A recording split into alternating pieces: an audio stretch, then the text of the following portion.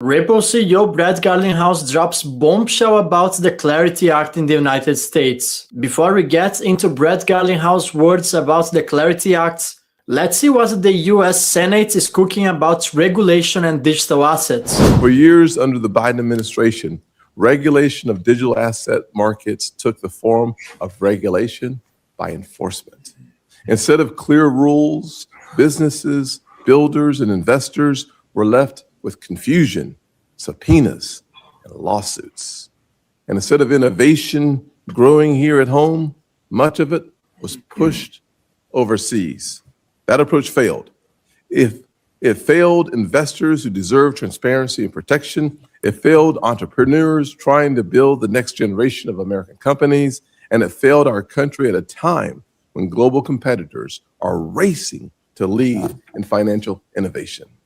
Congress is now doing its job as well, working in partnership with the SEC. The Senate version of the Clarity Act is about establishing clear rules of the road for digital assets. It defines responsibilities for regulators, protects investors, and gives businesses the certainty they need to innovate in the United States while keeping consumer protection paramount. Make no mistake, digital asset innovation will happen here at home in places like Greenville, South Carolina, Atlanta, Georgia, or Cary, North Carolina, not abroad anymore. At this point, remains clear that the Clarity Act and the Genius Act are about to revolutionize the way digital assets are seen in the United States. However, here is what everyone is missing out about the Clarity Act. This is not only about regulation and protecting you. This is about to wipe out 99% of the crypto industry. This is about setting rules so complex and punitive that only giant financial enterprises well connected like Ripple can survive. This is good news for XRP holders, bad news for crypto investors. And Ripple is no longer on victims mode. XRP went through the trouble first. Ripple has just entered Caesar mode. They no longer fear regulation, they embrace and celebrate it. This will absolutely clear out the competition. Only a few digital assets are about to survive the regulatory scrutiny. There has been a major bombshell about the deadline for the Clarity Act to be approved in the United States, and that comes straight from Brett Garlinghouse. I think we're going to get it back on track. I'll give it 75% that by the end of April, this is not just back on track, but very close to getting signed. By the end of April, crypto regulation is literally around the corner. And let me tell you my honest thoughts. The Clarity Act is not here to serve you.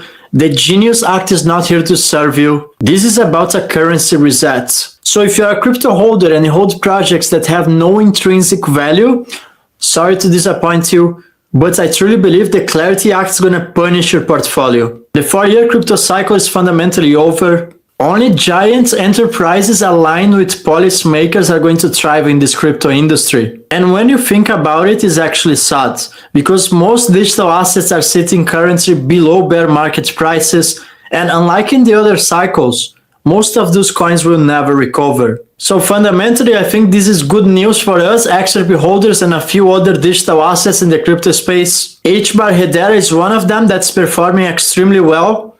It's no coincidence there has been a major spot ETF for HBAR. Financial institutions know where the money is flowing. This is not a financial advice, but I truly believe HBAR is currently undervalued. I don't think we're going to see Hedera trading at those prices for a long time. And your protection against the currency resets, that's actually owning hard assets just like precious metals, gold and silver, and most importantly, digital assets that's missing out. The Genius Act is paving the way for a catastrophic scenario that will happen with stablecoins. And once stablecoin issuers starts dumping US treasuries to pay for their liabilities, there will be economical chaos triggered by stablecoin issuers. One of them is going to be Tether. They are allowing stablecoins to prop up the US treasuries markets. This is a clear sign that XRP adoption is around the corner. They are preparing the scenario, a currency reset is on the horizon, and by default, XRP is a liquidity provider for financial institutions. It's the one asset that comes out on top when there is a liquidity crisis. So if you hold XRP, I truly believe 2026 will be a very interesting year. Let me know what you think about Brett Garlinghouse predictions for 2026. More specifically, do you believe the Clarity Act is going to get approved before the end of April? And if you want to trade crypto without KYC, I'm going to drop a link in the description of this video for Bitunix Exchange. You can trade and withdraw up to $500,000 per day without KYC. If you made this to the end, let me know in the comments. I want to know who are the real ones. I'm going to see you in the next video. Would returning to gold standard help the U.S. economy? Can you talk a little about your thoughts on that? Well, I would say I don't see it so much as returning, but more of a back to the future. Okay. I think that what a gold standard stands for is monetary discipline for its own sake. That is, if money is supposed to be a unit of account and a reliable measure and a dependable store of value, it really shouldn't be subject to who's the chairman of the Federal Reserve. And I think that money needs to be stable and provide the foundation for productive economic growth.